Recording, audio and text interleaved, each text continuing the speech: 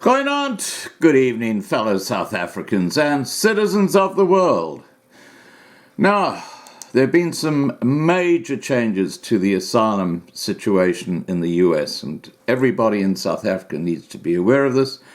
They've just made it exponentially harder to actually get asylum in the US. And as I always say, you do your own research, you make your own decisions, but apparently now the only way you can really get asylum is by applying directly to the local American embassy in South Africa.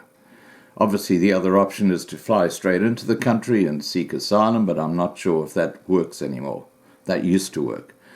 Okay, let me just tell you what's happening. Earlier this week, the Trump administration announced major changes to U.S. asylum policy, referred to as a third country asylum rule. Under the new policy, released by the Departments of Justice, or DOJ, and Homeland Security, or DHS, migrants planning on claiming asylum in the US must apply in their home country or another country before entering the United States. Failure to have applied in a third country would make the individual ineligible for asylum relief, with few and limited exceptions. Okay, that's number one. Number two, DHS and DOJ issued the joint interim final rule using the authority delegated by Congress in Section 208B2C of the Immigration and Nationality Act to enhance the integrity of the asylum process by placing further restrictions or limitations on eligibility for aliens who seek asylum in the United States.